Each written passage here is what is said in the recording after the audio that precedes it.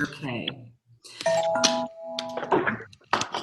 Let me just close out my...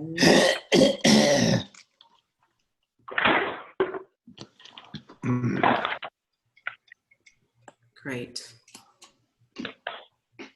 Okay. Let's see. Okay, are we ready?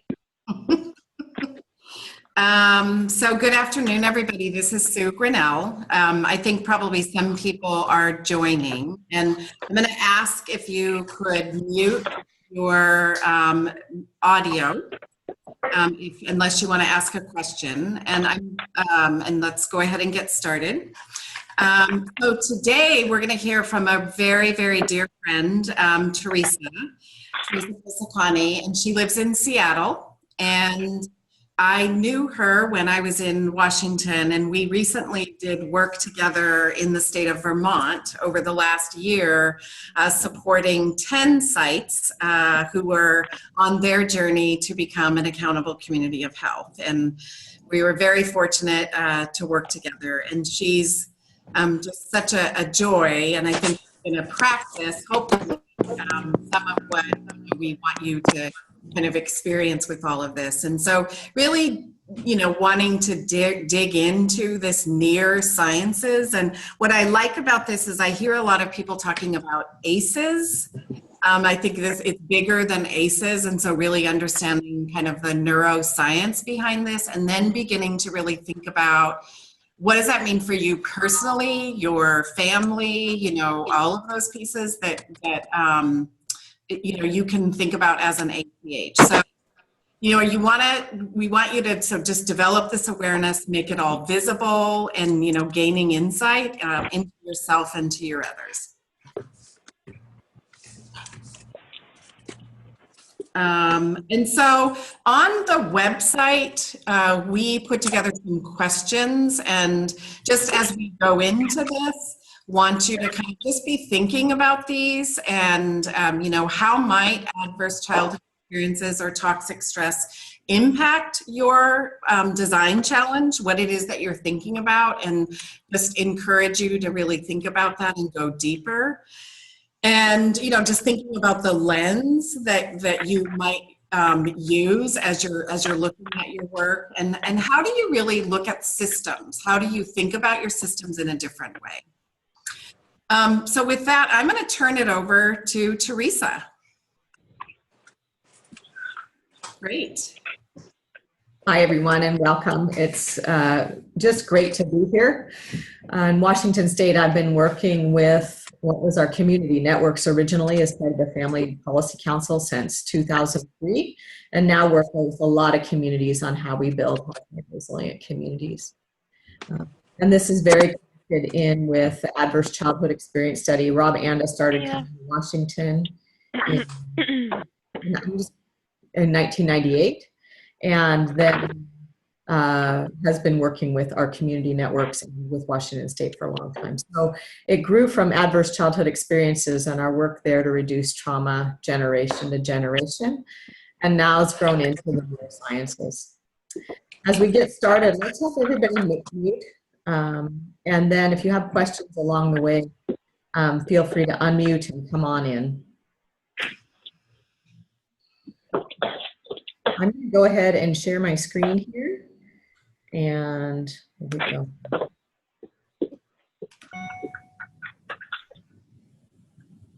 Please go ahead and mute. I see some aren't yet.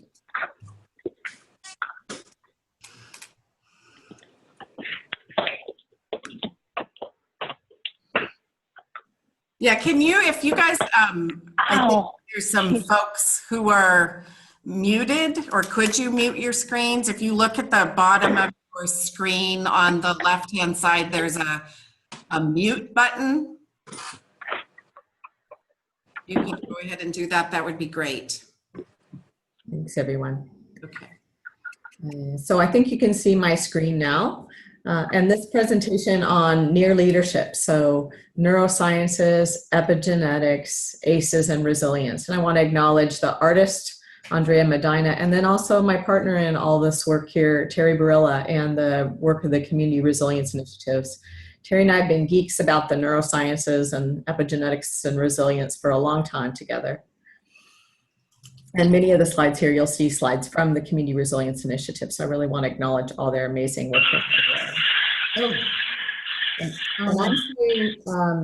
There's other people who still haven't muted, so please do so.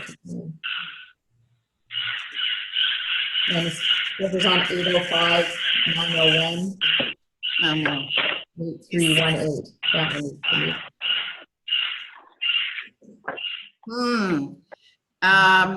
Yeah, and sometimes if someone's on a phone, like if you're on a cell phone, please mute. There. Great, thank you. That's better. Thanks. So as we're talking about the neurosciences, as we're talking about this, Sue was mentioned about insight. We're actually seeing in our data here in Washington that the key piece for how this is impacting our communities is insight. And all the things we're talking about today, it's like my first laboratory for understanding all this is my own self and family. And then also how, as we start looking through this trauma-informed lens, a lot of the biases that we have for change and the sense of strategy. For us, it's been working to see how can all of our systems respond differently to toxic stress. Everything from our schools to our DSHS, and all the way down into grassroots communities, so we can really try to shift the culture of health at that level. And so the root issue that we're working to address is toxic stress, and toxic stress across the lifespan, and the root strategy is the brain sciences. So there's a saying we had, which came from Rob Anda and Cerebral, and who were the founder of the Adverse Childhood Experience Study. And they gave us the challenge of, we need to get kids out of their brain stems and to help them step into learning and their whole brain intelligence. And I would just say, for muting people, if you see your name up over here, it means you're not muted because you're coming up. So this whole space of we need to get kids out of their brain stems. When people are in a stress response, the part of the brain that is active is the brain stem and the occipital ridge. So Daniel Siegel talks about getting us back into, the upstairs brain. So that's the downstairs brain. And we'll talk a little bit more about those brain states. But this whole sense of how do we get kids out of their brain stems? How do we get them out of their stress responses? And I'd say the same is true for adults, and especially caregivers. There's just so much stress. And so that's so key. And you'll see how that's tied to learning and health. So our root strategy is really about knowing the brain states, and that there are these 3 different states that we have. One is when we're in a stress response, when it's in a survival state and it's rooted in safety.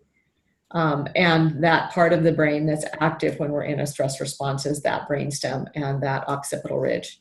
And so if you want to go ahead and you can give a little love to that brainstem and occipital ridge for yourself, and just that whole sense of helping this to calm down. The key is really what's going on in our midbrain or our limbic brain, and our emotional state. And what helps with that is connection. So people in the scene being self-regulated.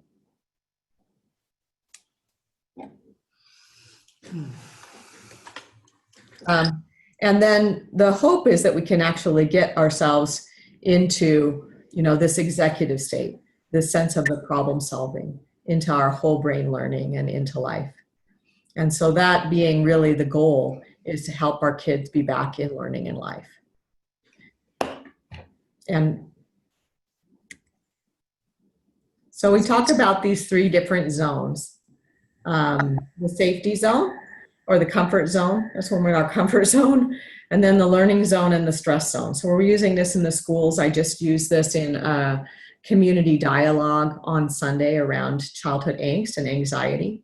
And just this whole sense of for people who have had a lot of trauma in their life, it's really easy for them to go from their comfort zone or their safety zone into their panic zone, and to be in a stress response very quickly, and thus not be able to be, to be in relationship with others in a way that works.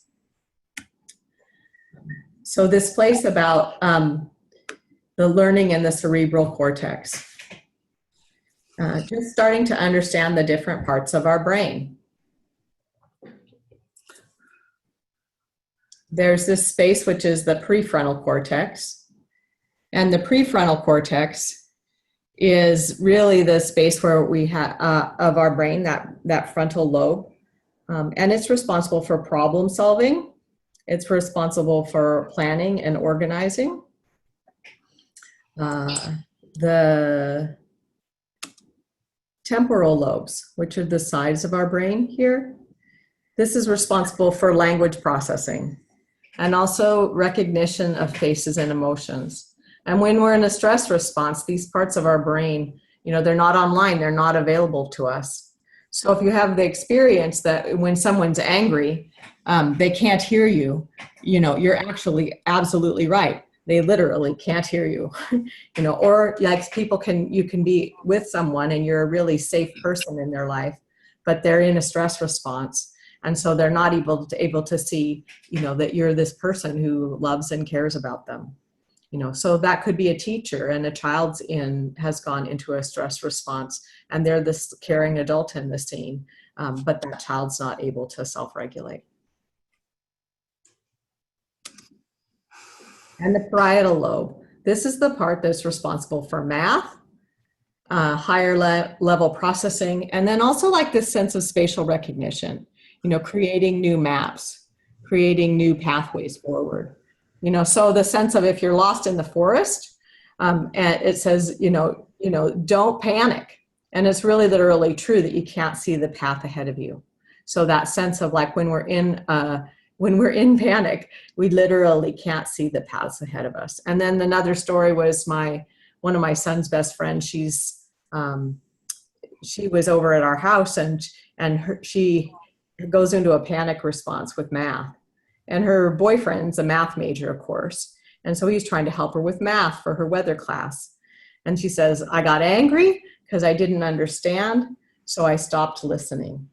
So that capacity to do math actually goes offline. So she got angry and because she didn't understand, so she stopped listening. You can see that's the temporal lobes in play and the parietal lobe. And so she says, so I just need to notice, when I've stopped listening and do something else. And our occipital lobe, the occipital lobe goes in different ways, and where you have one of two ways that's working, either in this really broad response spectrum, or in a more narrow spectrum. So it goes from being very broad, like you have very peripheral vision available to you when you're not in a stress response, and the occipital lobe, the vision goes very narrow when you are in a stress response because you're trying to see where the trouble is and getting out of danger. And so not being able to see the resources and people that are available to you or the paths forward.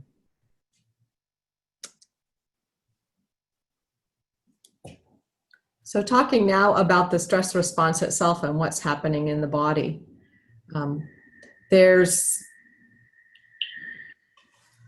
We have here a perceived stressor. It can be anything. So it could be a smell, it could be a sight, it could be a hand gesture, the way a face looks, a haircut, a season, anything that activates the stress response. And it has a lot to do with how memory happens in the brain and this limbic brain. And when that perceived stressor kind of kicks off that stress response, another word for that is that we're triggered, then it hits this hypothalamus pituitary adrenal axis, the HPA axis.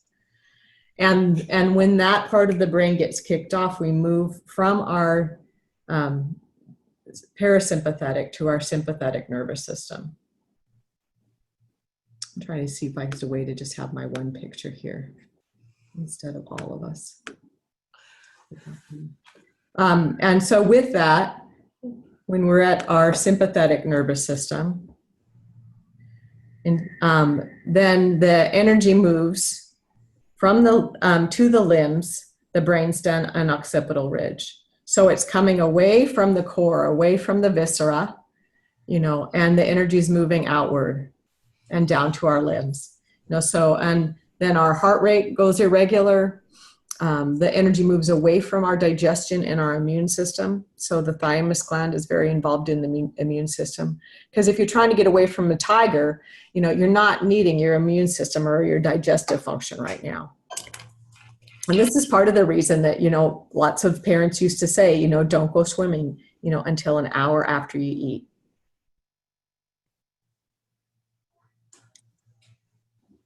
The other stage is when our parasympathetic nervous system is active, you know, and with that parasympathetic learning, you know, the energy goes towards the thymus gland, you know, the heart rate goes into coherence, the digestive enzyme starts functioning, and so the digestion comes back online. There are a whole bundle of nerves in the brain that are responsible for the parasympathetic, you know, and the vagus nerve being one of those. So this whole sense of this whole bundle of nerves, I love just even saying the cranial sacral parasympathetic ganglia, but there's a whole set of nerves that get turned on as we step back into our parasympathetic. And the energy then moves towards the spine, towards the core.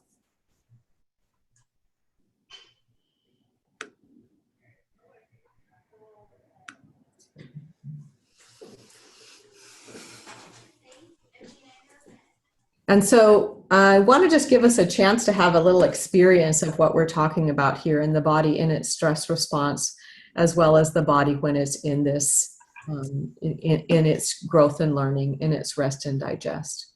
So I would invite everyone we're just going to take a minute. I'm going to just stop sharing my screen for a minute, and we're going to do a little exercise here.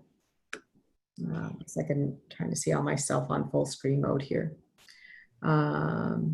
With our exercise that we have today,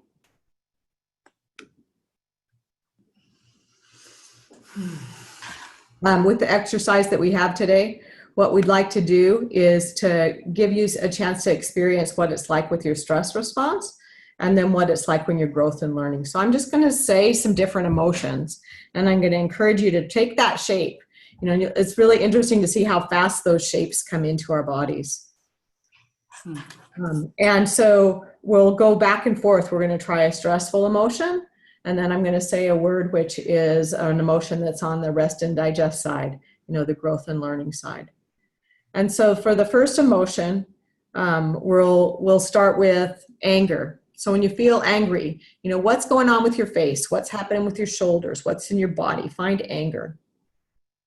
And just go into that shape for yourself. You can see what happens. Okay.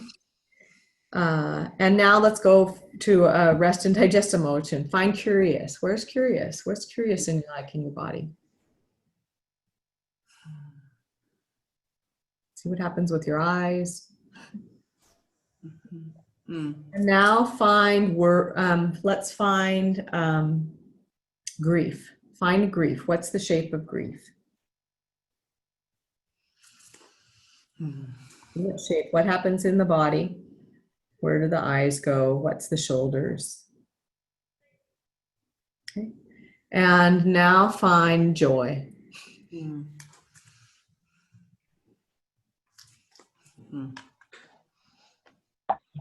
So I'd love to just open this up and hear, you know, what's that like for people?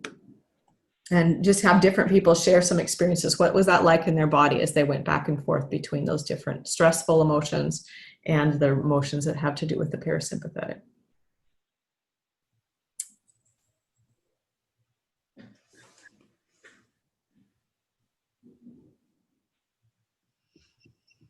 And I'll just get a chance to hear from 2 or 3 folks. So just see what that was like for folks that tried it on.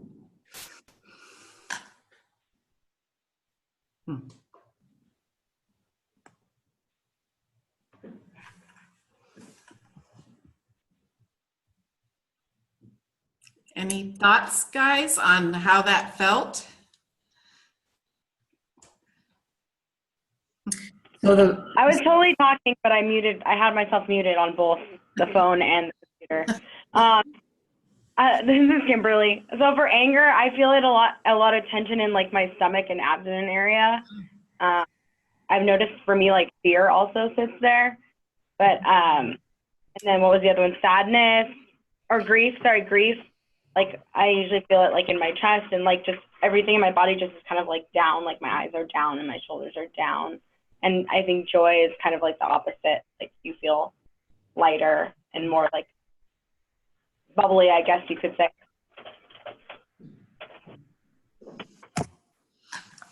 Yeah, hi, this is Heather. So for me, I've always carried a lot of tension and stress in my shoulders, so that was very expected. But I was really surprised with how much facial muscular tension I felt, because that's not something I would have thought of necessarily. But I definitely with kind of anger and fear, I felt a lot of tightness around my forehead and my face, and that was very interesting and kind of unexpected for me. And I agree that. I guess with the more kind of aggressive emotions, there's a more muscular response. And then with things like sadness or even joy, I feel it more in my chest, my heart, my stomach, those areas. Mm. And what do you, when you have joy, what does that feel like in your chest and your heart and your stomach? What do you know? It feels like a lightness and kind of an openness. I have like a training as a singer. So when you sing, you open up and expand your lung capacity and your rib cage to sing. And it kind of has that similar feeling of just opening up, standing taller, just feeling like you're facing forward more, I guess, as opposed to hunching over or wrapping in.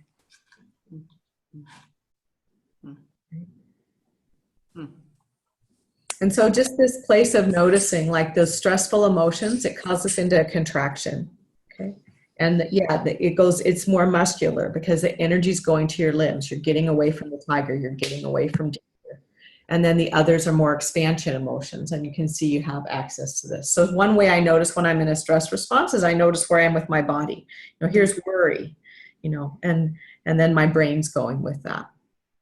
Okay. So, and what we want to be doing is exercising the sympathetic less, the stress responses, the toxic stress. It's normal for us to go back and forth with emotions, but how fast it comes in and what those patterns are like into our neurobiology over time is a big deal. Any other observations before we go on? And HeartMath Institute, they say that there's 1,300 different stress-related hormones that can be released, during a stress response. So spending more time in this place where there's heart coherence, where there's rest and digest is important, and knowing how to manage those lines.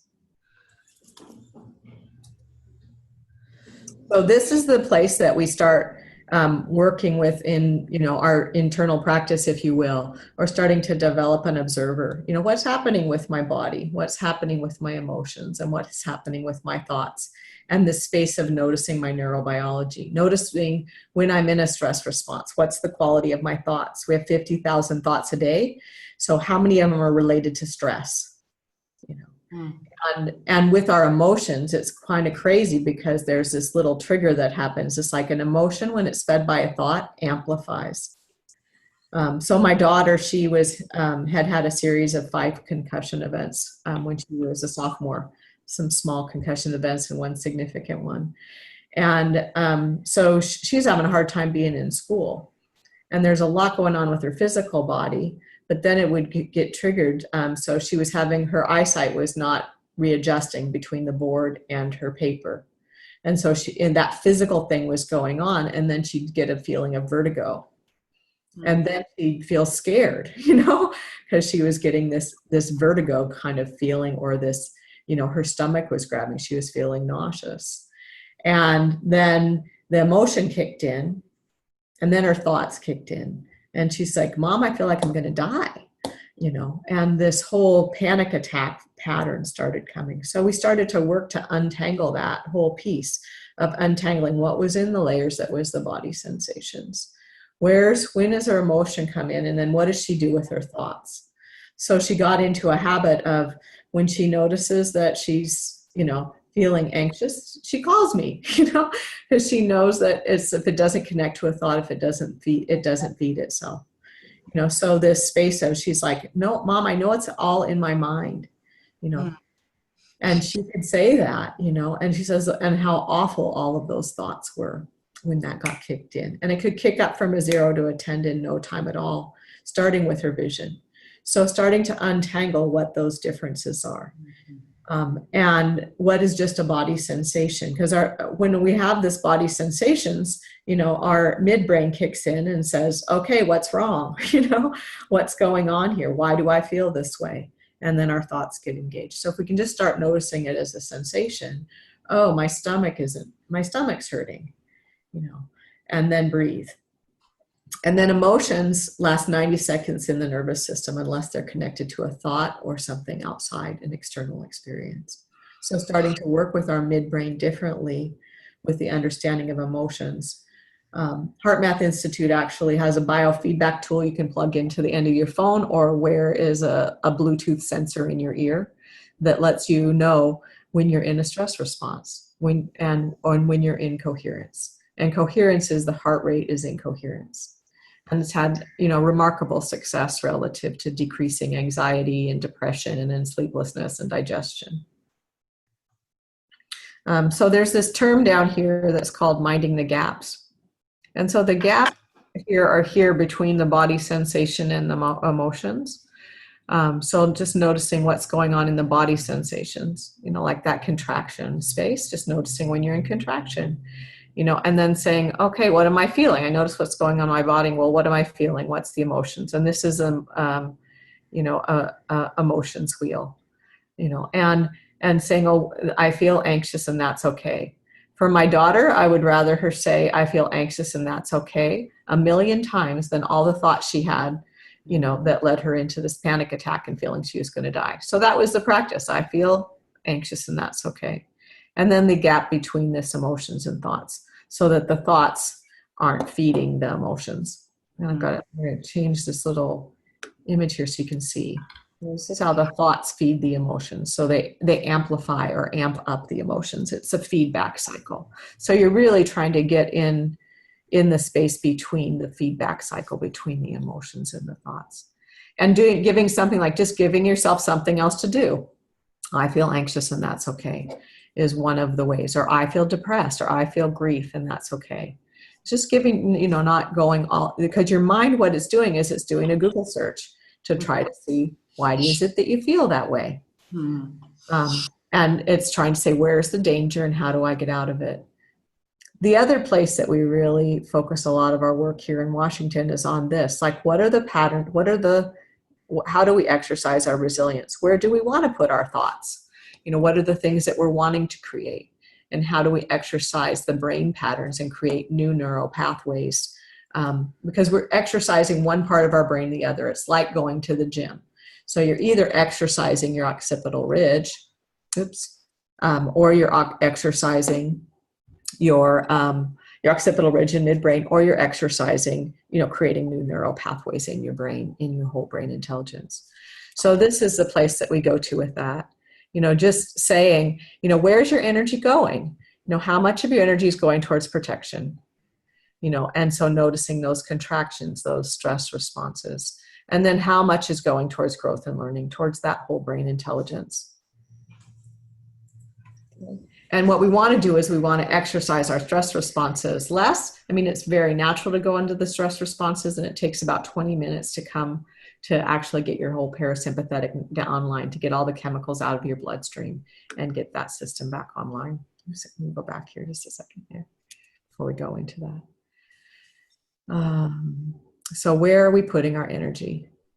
I'd just like to pause now just to see if there's any questions that we have, and what is this neuroscience? What does it have to say about yourself personally, or as you're thinking about toxic stress in the community, and what's going on with kids and families? We're teaching this in the schools. I was just teaching this in the community in Shoreline, just north of us here. And just knowing the different responses and starting to learn how to work with our emotions or our midbrain differently. So, questions, thoughts?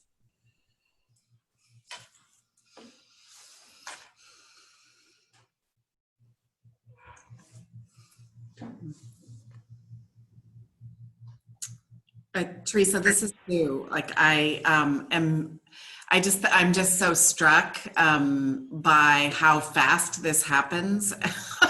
Yeah. It's like so quickly, and just the notion of being aware and noticing so that you can begin to kind of recognize, and then that helps to kind of the path to curtail that is I just find it fascinating, but also I mean it's hopeful to have that. So Yeah.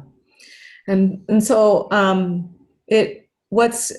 it's important to know is like the stress response is first in our nervous system for a reason, because we need to be able to get away from danger. But we need to know how to work with it so we can get back into our whole brain intelligence. There's a whole set of resources available that we sent along to, and one's a book called Self-Reg, and it looks, and they're actually creating in Canada, they have self-reg schools. So all the domains of self-regulation, what is it that's causing us to be in a stress response? And how do we help unwind those stress responses so that kids can, stay in learning? And having teachers and school systems, know how to work with that to untangle it. Like for some kids, like being in a school is really hard because they're like light sensitive or sound sensitive. So just the environment itself can trigger that stress response. And so they're actually in pain just by being in school, and especially with the fluorescent lights and things. And so that's what's going on in their body. So, gosh, we've got problems with our digestion, or, we're getting sick because our immune system's not online. Any other comments? This is Karen Reluccio. This is great. I'm thinking just, we went through, and I know that, going through a disaster, Yeah. Actually, I know that I personally have had a hard time focusing on like what's next. And I think part of it is probably because just of stress response. And I'm just thinking about kids who, whose family lost their home, or have to remember the trauma of the fires, like what kind of impact that's going to have on learning, for a while. So do you have any experience in applying this to like situations where a community is going through stress? Yeah. Because So of something like I'll send along Heart Math Institute. They released their emotions coaching tools for all communities as free resources for all communities that have experienced natural disasters. And that's so awesome. for hurricane victims, for the fires, for the earthquakes, as a way to help communities. So there's stuff for kids, for teens, and there's stuff for adults. And so I haven't posted that up on my website. I think I posted it on Facebook, but I'll post it up also on my website today. So they have a whole set of free emotions coaching resources. And it's because that's going on in the nervous system. And when we have an overwhelming experience, it keeps running in our nervous system until we know how to work with it. So our bodies do amazing work because they know how to take all that on for us so we can keep going. But that's still going on, Yeah. I mean, I know, like, I'm just wondering, like for me, exercise actually is an escape. So I'm wondering for kids that are trying to learn, like, is it better to do kinetic things? Yes. With their One body? of the things is being in movement, helping, because, we're in movement, Yeah. and we're breathing, like just to have a core breath practice is a big deal. And so I'd love to just teach us just even a core breath practice, because when we, our breath changes pretty radically when we're in a stress response. So we stop breathing. I mean, that's one of the ways to start noticing, I'm not breathing, Yeah. And so there's something to do that. And also, like when we get into belly breathing, like the diaphragm, that's just like that gives our body information that we're okay. So like, I feel scared and I can breathe. It starts calming the nervous system. So having a good breath practice is really key, and especially with all the stress you all have been dealing with, the fires. Like, just your body doesn't know it's okay yet, that you're okay. It's still like, where's the danger? And so like having a core breath practice is really important. Thank you. So I'd like to just teach one right now. I was trying to see how to get myself on a big screen here, but I'll just go on small screen so you can see. And just go ahead and take your thumbs and put your hands underneath your armpits. Like this. And then just breathe.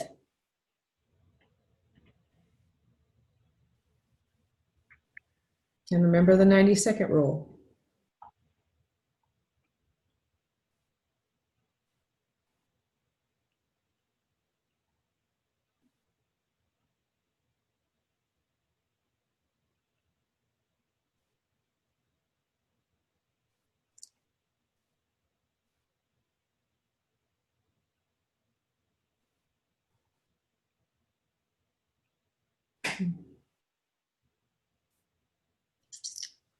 This one I like because here's a biofeedback tool. You know, our energy has gone all the way to the end of our limbs, the end of our fingers.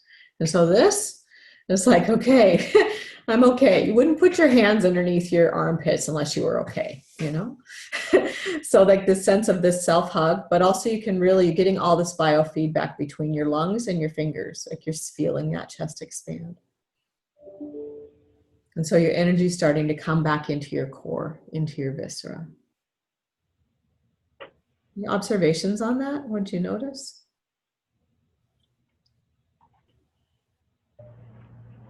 It helps.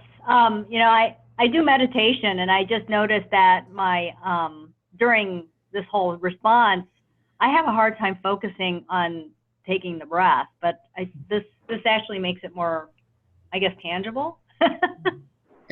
And take 1 minute. I mean, the best situation is like when we can do emotion-centered meditation practices that help that calm down for 20 minutes a day. This is the most efficient. And then 1 minute every hour. So you're trying to interrupt what's going on in your nervous system. So I have my phone set for 1 minute every hour. I have a little notice on here. And I work with my core breathing practice. And I say, you know, I feel angry and that's okay. Or I feel scared and that's okay. And just gives that time for my nervous system to start recalibrating.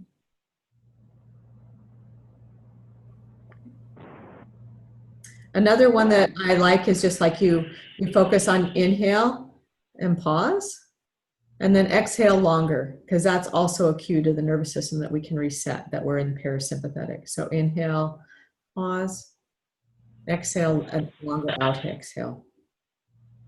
And sometimes I put my hand on my diaphragm. So have a core breath practice for yourself and a way to interrupt the Google search. Those are big. Okay. And this has an epigenetic effect. Okay. So our stress patterns come in really early in life. We can talk about early childhood development, but I just want to take us a little into, you know, it's like, okay, so this trauma is generational. And then early in life, that kind of gets impressed in our neurobiology, and then we can work with it. And a lot of it is how we're dealing with our thoughts and our emotions, this gap that we talked about.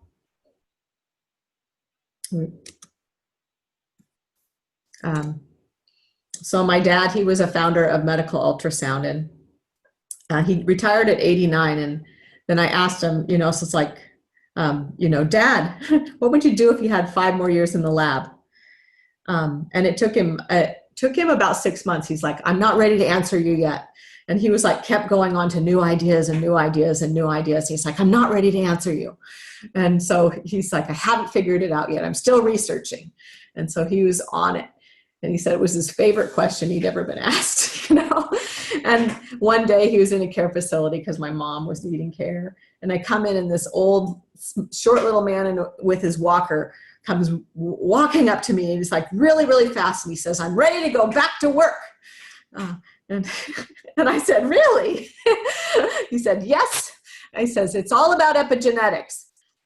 I said, well, I agree with you, Dad. And he says, well, what are we going to do about it?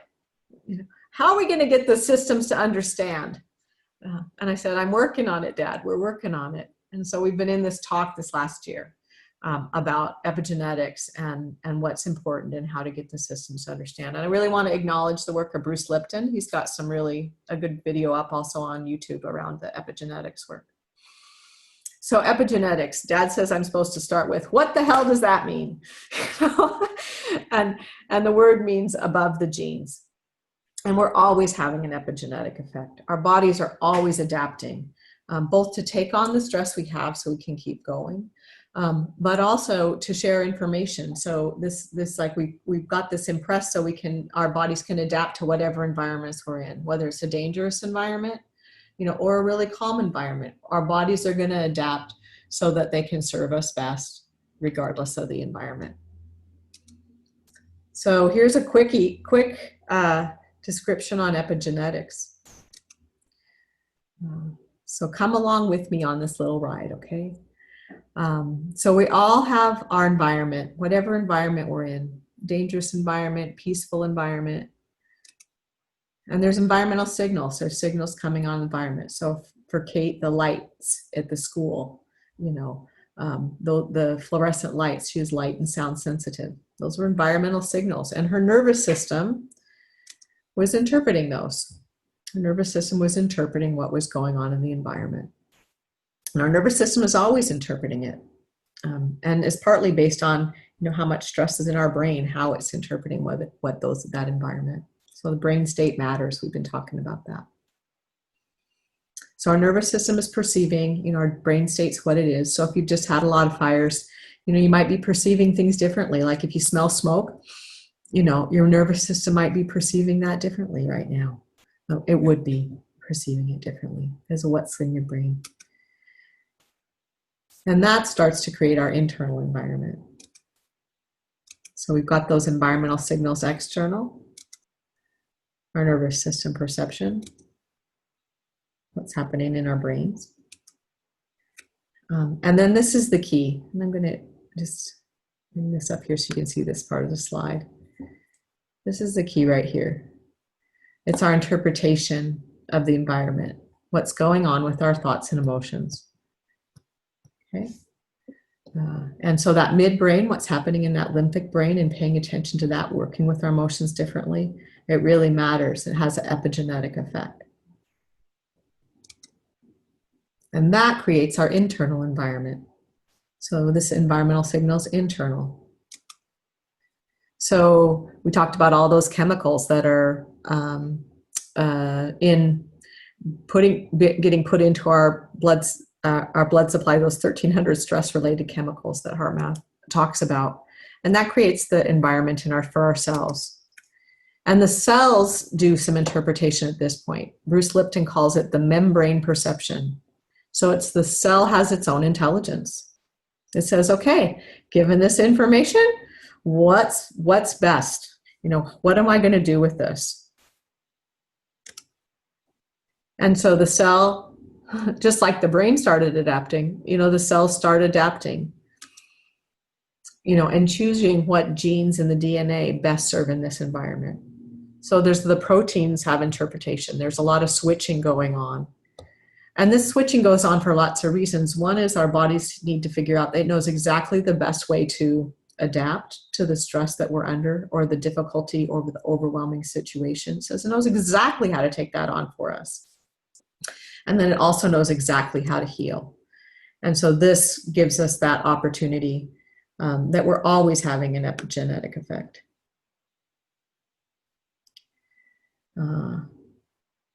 And so this internal environment, it changes those signals. So that protein interpretation, the signal switching that goes on at the cellular level. So it changes the cellular epigenetics. And so when we're, and Bruce Lipton says, love is the highest state relative to growth, and it's because you've got all of these chemicals being released, the dopamine, the oxytocin, the vasopressin, all the growth hormones, so that's that space of expansion. You're in growth and learning, you're in rest and digest. And when when we're in a fear response, there's the cortisol and it's all the adrenals and also the histamines, the inflammatory functions. So that's in the cellular environment and has an impact on the body over time. So this is a different way. Terry Barilla, who's been one of my key learning partners in Walla Walla, she and I were talking about, it's like we need to start talking about fear and love, and this is what we mean, that there's two really different states in our nervous system. So love has lots of other meanings, but from the meanings of the neuroscience and epigenetics, this is what we're talking about. And when we're in love, we're in growth and learning, we're in rest and digest, and it has a lot of impact on our health. And what we're doing with our thoughts and emotions, what's happening in that midbrain is key. Okay.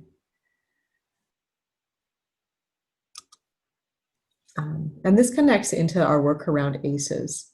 But I think I'm just going to pause on the epigenetics piece. So we're always having an epigenetic effect. And it's really amazing. Our brains, we can adapt. We can, this can change. It has so much hope in it as we're learning to work with our emotions and thoughts differently, as we're learning to notice when we're in a stress response, and have effective practices for how we do that. And both at the level of, kind of really with all our systems, what's happening with parents and what's happening, also all the way through with little children and up through adults. And this is the information about toxic stress and what that does to the body over time. So questions, comments?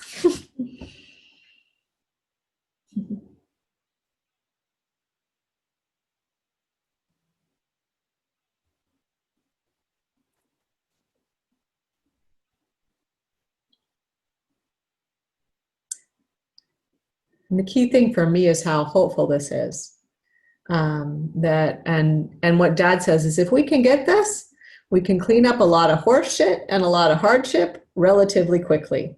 Okay. And so this is the space where we're starting to heal intergenerational trauma. Because what that is that there's been times in the past that the body's gone into fear. So the trauma that you all experienced with the fires, that will have an epigenetic effect on the community. It has an epigenetic effect. And we're seeing that, it's actually impressed into, like the placenta. Those stories are. And it's part of how, we've passed down from previous generations, what's been, the important information of what's going on.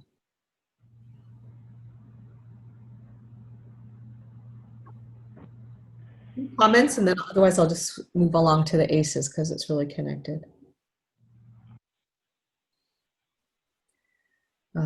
So this is really connected as you see that images of fear and love, and it's just like, what's the impact of toxic stress on the body and on health and across the health and the life trajectory.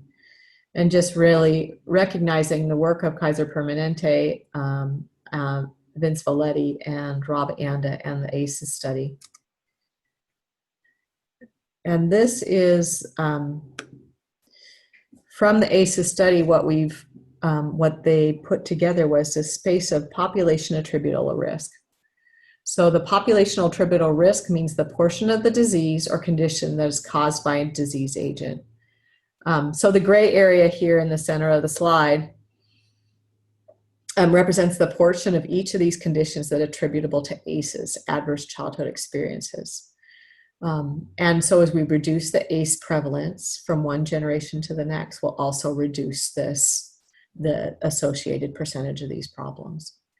And these population attributable risk, you see it has, major impact in terms of cost. We sent out 2 articles prior to this, which are about building self-healing communities and what is the cost savings as we start getting into, reducing ACEs generation to generation, and how there's not a way to get at the disease vectors without actually addressing this. And you can see, it's like one of the things that's found in the adverse childhood experience study is that ACEs are common. Adverse childhood experiences are common. And what's predictable is preventable. So this whole thing of we have to take it on at a community level. How do we reduce ACEs, adverse childhood experiences? You can see all of these factors. So you're trying to deal with mental illness in your community. 69% of mental illness can be attributable to adverse childhood experiences. Toxic stress, painkillers to get high, so IV drug use. Some of you are taking on, drug use in your communities. How do you do that? 78% is attributable to adverse childhood experiences. So if you're not having a way that's working with an intergenerational approach, that's an issue. And then they also have, what's not shown on this slide is just even some of the impacts on the disease vectors. So the impacts on heart disease is one that's not on here, for example. So they go through each of the diseases and what is the percentage that's connected to that. One of the other key ones that I like to point out is this place of out of work greater than 1 year. So the ability to work. So given the fires, how does that actually impact your employment numbers and poverty? So the impacts of ACEs are widespread. So you can see all the ways that ACEs manifest. Cardiovascular disease, cancer, all the health issues that we've looked and can see based on the developmental period where there's exposure to trauma. What does that do? How does it impact the ability to do math, for example? Ability for problem solving, you can see that from the brain science. Business, job, community, and then also our criminal justice system. When people are in a toxic stress response or they've had trauma early in their life, it affects their ability to emotionally regulate.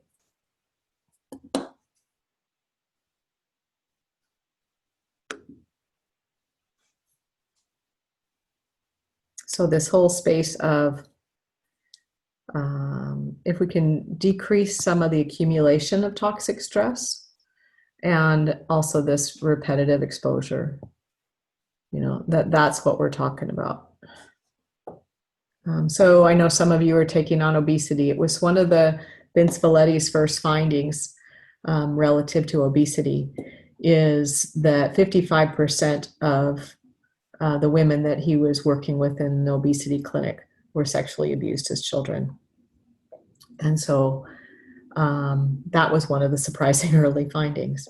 And I just saw a piece come across, my friend just sent it to me, and it was connected to anxiety, which is in part a stress response, and its connection, teen anxiety and its connection to overuse of marijuana as an adult. So if we can work with anxiety and the emotions and teach that emotional hygiene, and teach how to work with emotions in the schools, and we can work with anxiety with we're just doing this movie Angst up in a community north of here. So we're being doing community showings and how to start working with anxiety. That has an impact across health and life.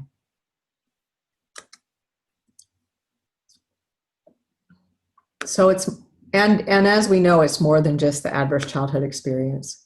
So the ACEs are here. These cards come from Terry Barilla and the Children's Resilience Initiative. Adverse childhood experiences, those is what they are, but also other forms of toxic stress, community violence, poverty, homelessness, and other issues of inequity. So there's much, immigration would be another one that you absolutely have to put on here, and the stress response is caused by that.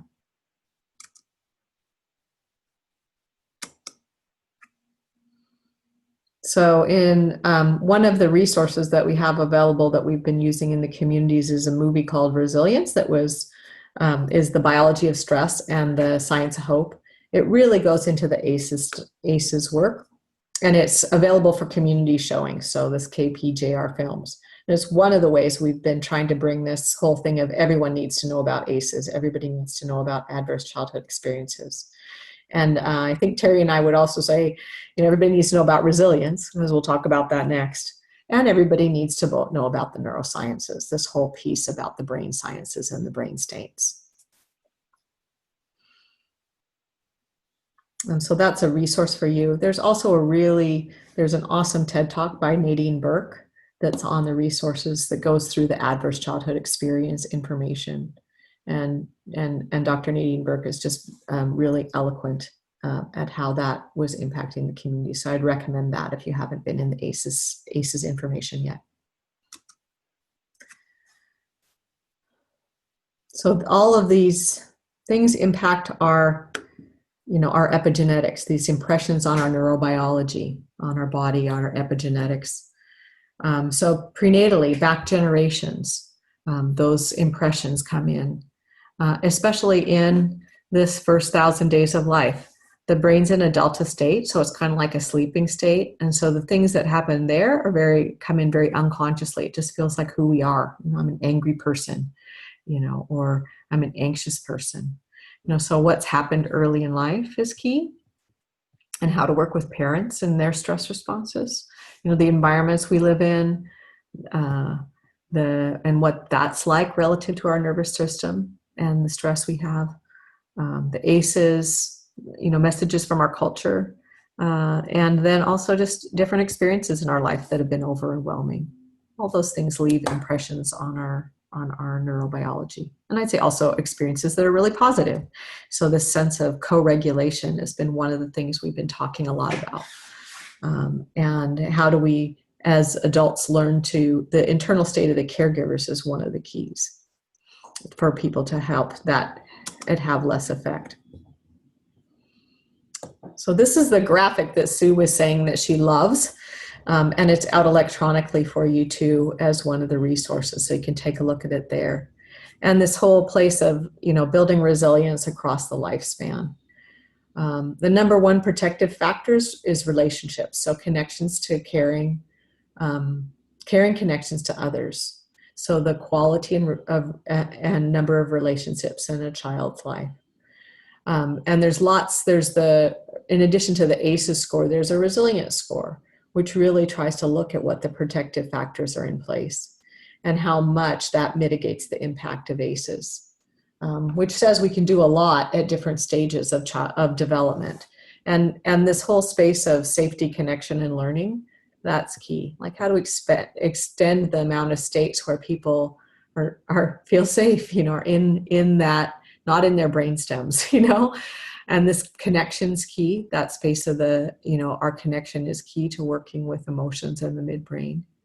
And then learning, fostering this way to do the pivot between our stress response, and our learning brain test. As Dan Siegel would say, to how to get ourselves, you have to address the stress response to get yourself in your upstairs brain. And one of the big things is this internal state of the caregiver. So there's different things that we have that are resilience across the lifespan.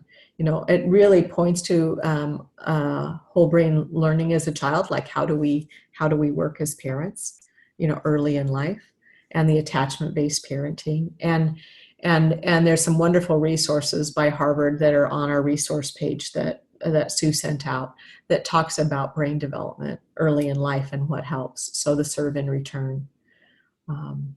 And then within parenting, there's Washington State came up with love, talk, play, and there's others out there too that really talk about what's the kind of parenting, what kind of engagement, how do we just do the things that we're normally doing as parents differently. So lovetalkplay.org goes into some of that brain science. This whole sense of parents claiming their calm, knowing how to do their own self-regulation practices and growing their regulation skills. So co-regulation is on here in that small little font that you can hardly see. I was just teaching with one of the counselors at a school who's an elementary school counselor, and they're teaching the emotional hygiene in school. The things that we're talking about the brain states, they're teaching it in the Echo Elementary School. So how do we work with that together and focus on a model of discipline? Washington's just rewriting their discipline standards. But there's a beautiful book, Becky Bailey's Conscious Discipline, that talks about this trauma-informed discipline models. We just had Ken Ginsberg come to Walla Walla, and he was talking about trauma-informed positive youth development. And he has a wonderful resource out there that's on our resource page. And then this whole data, we're doing tons of work in Washington talking about what creates resilient communities. So this whole piece of resilience trumps ACEs. And so what are the things that we need in our adults? And a lot of that's around, mutual help and support. is one of the key things that helps there. Reciprocity is key.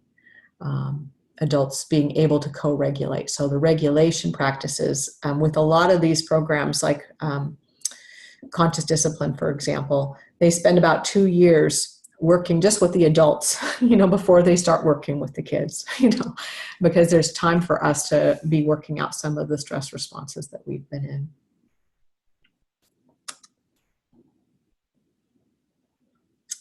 And then the other piece that I'd want to just point out relative to resilience is that the resilience factors, these come from the strengthening families. So parental resilience, and there's lots of different ways. We talk about exercising our resilience more and our stress responses less. And so how do we exercise our resilience more? The cards that you see here are from the the Children's Resilience Initiative. They just changed their name to the Community Resilience Initiative. So and it's Resilience Trumps ACEs .org. And they have all these cards, and what they've done in Walla Walla is they've named, well, what are all the patterns of resilience? So we know we want to create less ACEs, but what do we want to create more of? And really helping kids and families and children say, well, what is it that we want to create? So, and by focusing on creating those things, what neural pathways we want to exercise, what do we want for our communities, that's really key to hope. And it's also key, and the community itself has taken on reducing ACEs because we know they transmit generationally, and ACEs increase generation to generation unless that's interrupted. And that's in all our behavioral health data here in Washington. So really focusing on how do we exercise resilience as a community, and focusing on the things that we want to be exercising. And that's, connected to a whole bunch of different factors like concrete help and support, having, more than one person to ask for help, this knowledge of parenting, and then social and emotional competencies and social and emotional connections. Those are all key and really well documented as protective factors. Okay. So I'd love to hear, we cruised through ACEs and resilience. And this whole space of, resilience trumps ACEs, that sense of what is it we want to create. I'm wondering, what this brings to mind for your own communities. Some communities may be that they haven't really looked at ACEs yet. They haven't looked at, with some of the issues they're doing, how much of this is, is the population attributable risk connected to adverse childhood experiences. And do you have data about that? We have our data at the county level, and sometimes it's even down to like a neighborhood level. And so looking to see where are we making our investments based on that factor, and then how are we, where are we targeting working around resilience? And we've had the ACEs work and the near science work actually all the way down into home visiting for early in life, for families early in life, and kind of, across the life cycle. So let's open it up now. We'll give a few minutes to talk about that. ACEs and resilience.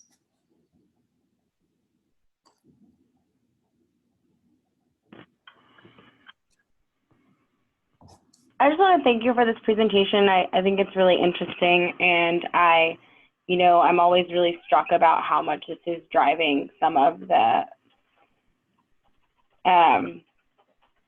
long-term disease states like diabetes and alcoholism and smoking in our communities. And I think it's a really important thing that we need to address. And like you said, if it amplifies intergenerationally, then the situation is only going to get worse as communities progress through time. And so I just really appreciate this perspective, and I'm looking forward to applying this in my work.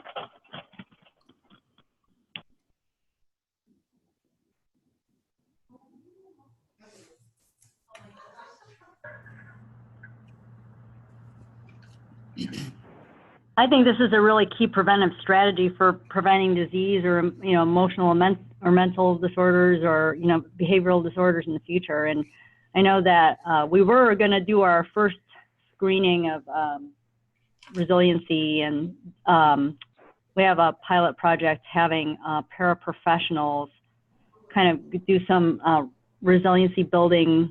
It's not therapy or anything like that, but it might be things like meditation.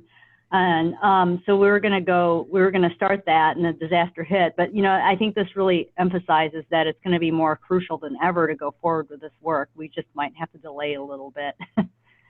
Or go out relative to the natural disasters. Take the emotions coaching workout first. Yeah, no, that makes a lot of sense. That might be the thing that you'll most want to do. Yeah. Thank you.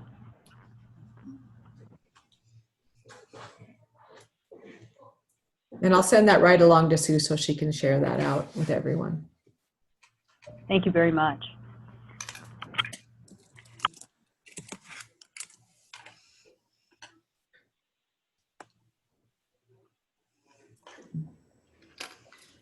Okay. One thing, Teresa, I'm wondering, this is ACH sites and some of their partners. And so I think what's great is there's that individual kind of personal awareness, just knowing that's what's going on and what we can actually do about it. And then as partners, beginning to raise the awareness of our partners so that they know that.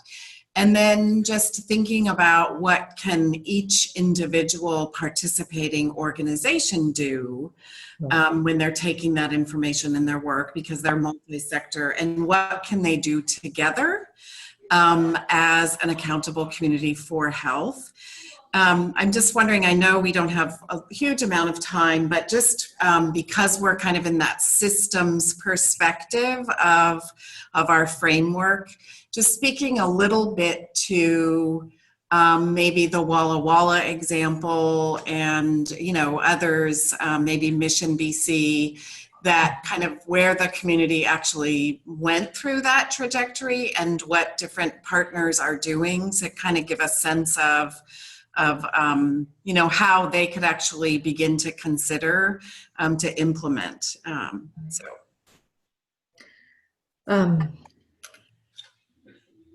So thank you, Sue. One thing is that for me, it's not that we need to bring this out both organizationally, but that's not actually fast enough.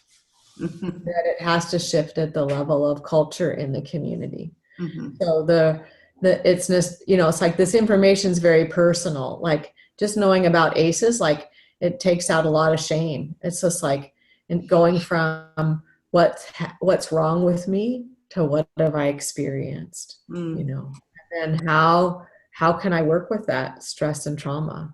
And it takes out a lot of shame as, trauma happens in our families. So we're starting to talk about it differently. And then we have tools to start working to know what to do about it. And so it has to really, to have the epigenetic effect we want, it just has to be relative to how do we engage our communities in this over time. And then for us, there's a level of responsibility, that everyone needs to know about ACEs and everybody needs to know about the brain states. There's something about how do we do this in a broader way. Mission BC, which we were just in, this was their 6th annual Pulling Together conference. So they've been kind of working it over time in community. And there's different levels, like we talk about, like we're a community of practice. So we're a learning community together. Walla Walla is a learning community. They're learning about this. This is new. It's a new paradigm. And Terry says, oh, it's been 7 years, and so it's like, wow, it's been 7 years. Like what they've been able to accomplish in 7 years is immense, in terms of the cost savings. You can look at the case study that we did, from one of our community networks. So really is how do we engage this conversation cross-sector? And then, it's a heroic journey. Like, wow, this is a lot, and it first goes on here. Here's my first laboratory I'm learning in, as I'm also trying to bring this into my community. So it's really a personal heroic journey to do that level of healing work too. So as we're out being champions, we're all in our own stress responses too. And so no, this is the first laboratory of grace. It's yourself. We've also been, since the Family Policy Council's in place, we've been in the legislature. So the neurosciences came into our early learning standards. They're at OSPI. We've got the what we call ACEs public-private initiative, which is really around changing philanthropy to be investing in community capacity building efforts. So, there's just different levels of scaffolding to put in place, and trying to find out what are the presenting issues that you can bring it in with. So one of those surprises came up in my local community here, and there's been a lot of teen suicides going on, and there's a lot of anxiety in the kids. So like, I think I'm teaching at the high school, like Shorewood High School, which is like 15 minutes from here. They said, we want to bring it to all, this movie called Angst, to all the faculty and all the students. And so I'm like, well, we better teach about the brain states, and we better teach this information so the faculty has that. And, there's steps towards being, from, to being, this is a paradigm for trauma-informed care. So trauma-informed care has a lot of buzz right now, but what paradigm do we respond from? And I really want to encourage, as you're thinking about what your trauma-informed care paradigm is, to consider the neurosciences as the paradigm of response. One of the things we talk a lot about is planning for hope, because this sense of like, what is it that we want to create? Getting a picture like, oh, what is it that we can create for ourselves or for others? Then having positive supports and pathways to do that. That really works well relative to the neuroscience, because we're creating new neural pathways. So all this focus on resilience, on what we want to create, it actually helps us get out of our stress responses and helps us move forward. So showing the movie Angst was a good step, but I'm really working with the community to say, well, what is it then we want to create? Where do we want to get to? And then how do we create those positive supports and pathways? My daughter had me, which I'm really glad for, because she keeps coming through her concussions, and she has to have emotional mastery because of what's going on with her physical body. And now she's, studying this stuff too, pretty seriously. And so it's great because it can have a really big intergenerational effect. Great. Any last comments, questions, ahas, anything that we've given you lots of information. The slides are available, and we'll put them on our website. I think I'm successfully recording this. It looks like it's still going. So I'd just love to hear from you, just in closing, any last comments?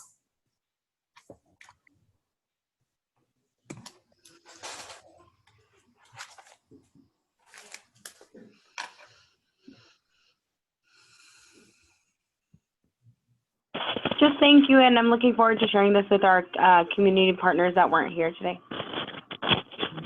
Thanks, Kimberly. This is Jessica, and I also just want to say thank you, and particularly the slide around population attributable risk. I thought that was really eye-opening and useful. Thanks for your time.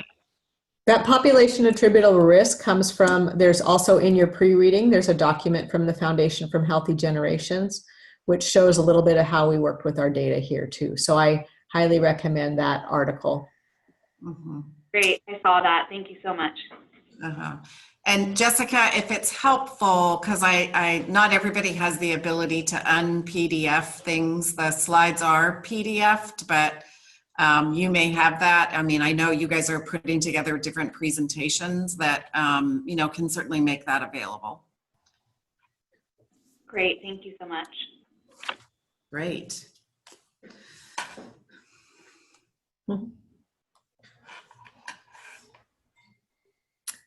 Well, I just want to say it's really fun talking with you all. And thank you for Sue for bringing me in.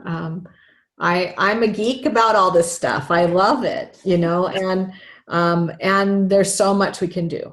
And so I look forward to the ways that I continue to engage with Sue and PHI and other communities here. And I just, it's beautiful actually, and that we can do so much, and that some of it's pretty simple in understanding the brain states. Mhm. Thank you, Teresa. Thanks, everybody. Have a good day. Take care. Okay, bye. Thank you. Bye. Bye.